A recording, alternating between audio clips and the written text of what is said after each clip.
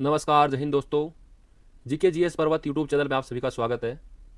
आज के इस वीडियो में हम मध्यकालीन भारतीय इतिहास से संबंधित प्रश्न पढ़ेंगे। सारे प्रश्न इंपॉर्टेंट हैं और ये प्रश्न बार बार परीक्षाओं में आए हुए प्रश्न हैं। तो आइए दोस्तों वीडियो को शुरू करते हैं। हमारे इस वीडियो का पहला प्रश्न है, किस मुगल शासक ने जजिया कर को पुनः शुरू किया?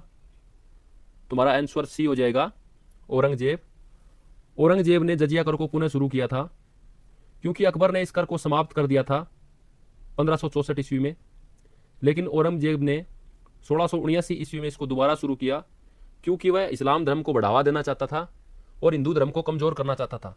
इसलिए औरंगजेब ने जजिया कर को पुनः शुरू किया। हमारा दूसरा प्रश्न है, फेजी किसके दरबार में रहते थे? तो फेजी एक कवि थे दोस्तों, तो ये अकबर के दरबार में रहते थे। हमारा ऑप्शन डी हो जाएगा, अकबर। फेजी अकबर के दरबार में रहते थे। ये अकबर के राजकवि थे और बहुत प्रसिद्ध विद्वान भी थे ये। हमारा तीसरा प्रश्न है, गुरु अर्जुन देव सिखों के कौन से गुरु थे? तुम्हारा आंसर बी हो जाएगा, पांचवें। गुरु अर्जुन देव सिखों के पांचवें गुरु थे। सिख धर्म में कुल 10 गुरु हुए हैं दोस्तों। पहले थे गुरु नानक देव, जिन्होंने सिख धर्म की स्थापना की थी, और 10वें और अंतिम गुरु थे गुरु गोविंद सिंह, जिन्होंने खालसा पंथ की स्थापना की थी, और सिखों के पांचवें गुरु गुरु अर्जुन देव थे। हमारा चौथा प्रश्न है, कवि तुलसीदास ने रामचरितमानस किस भाषा में लिखी थी? तो हमारा ऑप्शन बी हो जाएगा, अवधी भाषा में। कवि तुलसीदास ने रामचरितमानस अवधी भाषा में लिखी थी। यह पुस्तक 16वीं शताब्दी में लिखी गई थी। हिंदी साहित्य की सबसे महान कृतियों में से एक है ये कृति। तो रामचरितमानस की रचना तुलसीदास जी ने की थी और अवधी भाषा में की थी। हमारा पांचवा प्रश्न है, असम के अहोम साम्राज्य और मुगलों के बीच हुई सराय घाट की लड़ाई किस वर्ष हुई थी? तो हमारा ऑप्शन ए हो जाएगा, 1671। असम के अहोम साम्राज्य और मुगलों के बीच सराय घाट की लड़ाई 1671 ईस्वी में हुई थी। इस लड़ाई में अहोम साम्राज्य विजयी हुआ था और मुगल साम्राज्य की हार हुई थी। यह लड़ाई 1671 ईस्वी में हुई थी। हमारा छठा प्रश्न है, वर्ष 1556 में मुगल साम्राज्य का सिंहासन किसे प्राप्त हुआ? तो हमारा ऑप्शन बी हो जाएगा, अकबर। 1656 में मुगल साम्राज्य अकबर को प्राप्त हुआ था। जब अकबर सिंहासन पर बैठा तब उसकी आयु 13 वर्ष थी। अकबर के प्रारंभिक दिनों में उसका संरक्षक बैरम खान था। अकबर का शासनकाल 1556 से लेके 1605 ईस्वी तक रहा दोस्तों, यह भी ध्यान रखना है। तो 1556 में मुगल साम्राज्य का सिंहासन अकबर को प्राप्त हुआ था। हमारा छठा प्रश्न है, राजस्थान के किस किले में जयमल और कल्ला सूरवीरों के सम्मान में छतरियां बनाई गई थी, जिन्होंने वर्ष 1568 में सम्राट अकबर की घेराबंदी में अपने प्राण त्याग दिए थे? तो हमारा ऑप्शन सी हो जाएगा, चित्तौड़गढ़ किला। चित्तौड़गढ़ किले में जयमल और कल्ला जो सूरवीर थे, इनकी छतरियां बनाई गई हैं। हमारा आठवां प्रश्न है, जाट और सवार निम्नलिखित में से किस प्रशासनिक प्रणाली से संबंधित थे? तो हमारा ऑप्शन सी हो जाएगा, मनसबदारी प्रणाली। जाट और सवार ये पद थे दोस्तों जो मनसबदारी प्रणाली से संबंधित थे।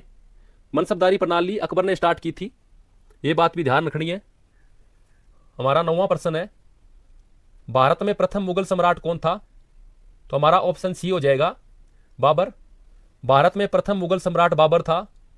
बाबर ने 1526 का जो पानीपत का युद्ध था, इसमें इब्राहिम लोदी को हराकर भारत में मुगल सत्ता की नींव रखी थी। तो भारत में प्रथम मुगल सम्राट बाबर था दोस्तों। हमारा 10वां प्रश्न है, दिल्ली का लाल किला और जामा मस्जिद का निर्माण किसने करवाया? तो हमारा ऑप्शन ए हो जाएगा, शाहजहां। दिल्ली का लाल किला और जामा मस्जिद शाहजहां ने बनवाया था। जो आगरा में ताजमहल है दोस्तों, इसका निर्माण भी शाहजहां ने करवाया था। शाहजहां को वास्तुकार राजा भी कहा जाता है। इनके समय में बहुत से राजकारी हुए थे जिनमें इन्होंने अच्छी अच्छी इमारतों का निर्माण करवाया था। हमारा 11वां प्रश्न है, हुमायूं ने अपनी सत्ता को पुनः प्राप्त करने के लिए किस सूरी राजा को हराया था? तो हमारा ऑप्शन सी हो जाएगा, सिकंदर सूरी। इनका पूरा नाम सिकंदर शाह सूरी था दोस्तों।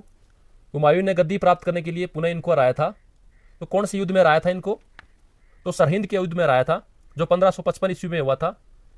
सरहिंद के युद्ध में हुमायूं ने सिकंदर शाह सूरी को हरा के भारत में पुनः मुगल सत्ता स्थापित की थी। तो हमारा ऑप्शन सी हो जाएगा, सिकंदर शाह सूरी। हमारा 12वां प्रश्न है, अमृतसर में स्वर्ण मंदिर के नाम से विख्यात विश्व प्रसिद्ध हरमंदिर साहिब का निर्माण किसने करवाया था?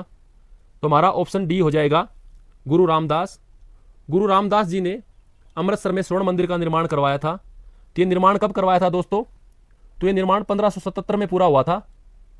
13वां प्रश्न है, किसके शासनकाल में मुगल साम्राज्य क्षेत्र के मामले में अपने चरम पर पहुंच गया था? तो हमारा ऑप्शन डी हो जाएगा, अकबर के शासनकाल में। अकबर के शासनकाल में मुगल साम्राज्य क्षेत्र के रूप में अपने चरम पे था। अकबर ने मुगल साम्राज्य को विस्तारवादी नीति से खूब बढ़ाया था, तो ये बात ध्यान रखनी है। हमारा 14वां प्रश्न है, तुकारोई की लड़ाई कब हुई थी? तो हमारा ऑप्शन सी हो जाएगा 1575।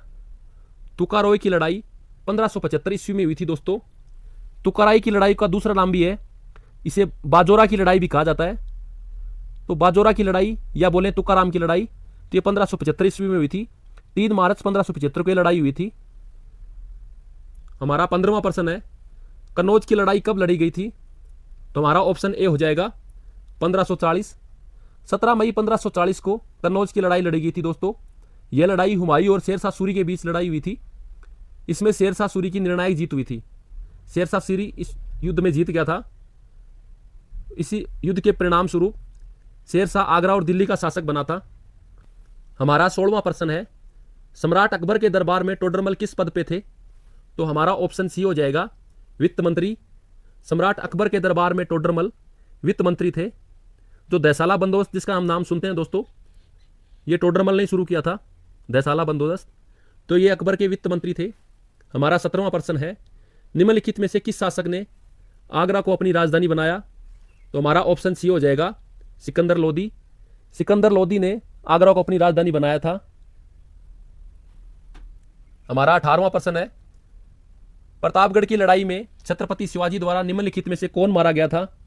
तो हमारा ऑप्शन ए हो जाएगा, महमूद शाह। प्रतापगढ़ की लड़ाई में शिवाजी द्वारा महमूद शाह मारा गया था। तो ये प्रतापगढ़ की लड़ाई कब हुई दोस्तों? तो ये हुई थी 10 नवंबर 1659 को प्रतापगढ़ की लड़ाई हुई थी। हमारा अगला प्रश्न है, ऐतिहासिक शेरशाह सूरी मार्ग को किस मार्ग के रूप में जाना जाता है? तो हमारा ऑप्शन सी हो जाएगा, राष्ट्रीय राजमार्ग संख्या 1। शेरशाह सूरी मार्ग को राष्ट्रीय राजमार्ग संख्या 1 कहा जाता है। हमारा अगला प्रश्न है, किस सिख गुरु ने सिख धर्म के पवित्र ग्रंथ आदि ग्रंथ को संकलित किया था? तो हमारा ऑप्शन सी हो जाएगा, गुरु अर्जुन देव। ये सिखों के 5वें गुरु थे। इन्होंने सिखों के पवित्र ग्रंथ आदि ग्रंथ की संरचना की थी। हमारा 21वां प्रश्न है, किस मुगल सम्राट ने आलमगीर की उपाधि धारण की थी?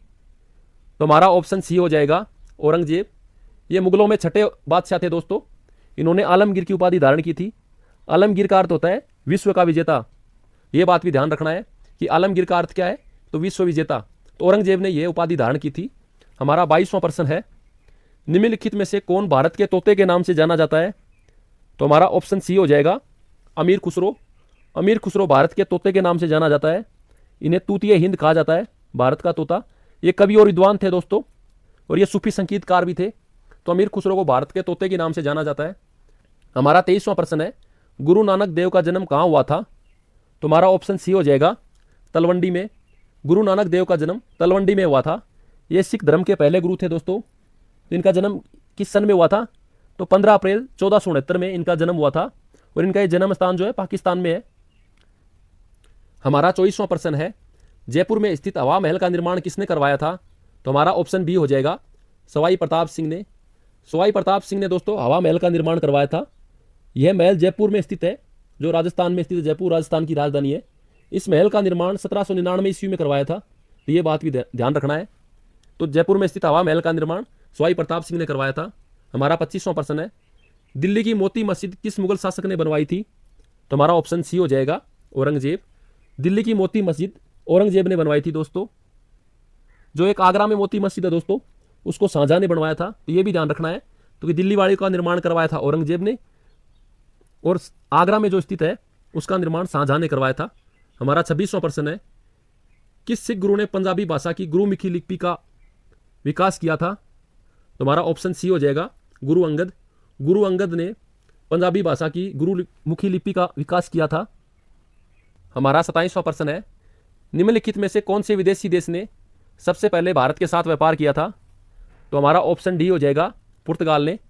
पुर्तगाल ने सबसे पहले भारत के साथ व्यापार किया था। 1498 ईस्वी में वास्को डी गामा समुद्री मार्ग से होते हुए भारत आया था, वो तभी से भारत के साथ पुर्तगाल का व्यापार शुरू हुआ था। हमारा 28वां प्रश्न है, भारत में पहली फ्रेंच फैक्ट्री कहाँ स्थापित हुई थी? तो हमारा ऑप्शन ए हो जाएगा, सूरत में। पहली फ्रेंच फैक्ट्री सूरत में खुली थी दोस्तों 1667 ईस्वी में। हमारा 29वां प्रश्न है, सिख धर्म की पवित्र पुस्तक कौन सी है? तो हमारा ऑप्शन डी हो जाएगा गुरु ग्रंथ साहिब। गुरु ग्रंथ साहिब दोस्तों सिख धर्म की सबसे पवित्र पुस्तक है। हमारा 30वां प्रश्न है, नालंदा विश्वविद्यालय को नष्ट करने वाला मुस्लिम शासक कौन था? तो हमारा ऑप्शन सी हो जाएगा मोहम्मद बिन बख्तियार। मोहम्मद बिन बख्तियार ने नालंदा विश्वविद्यालय को नष्ट किया था। यह गौरी का एक साधारण सरदार था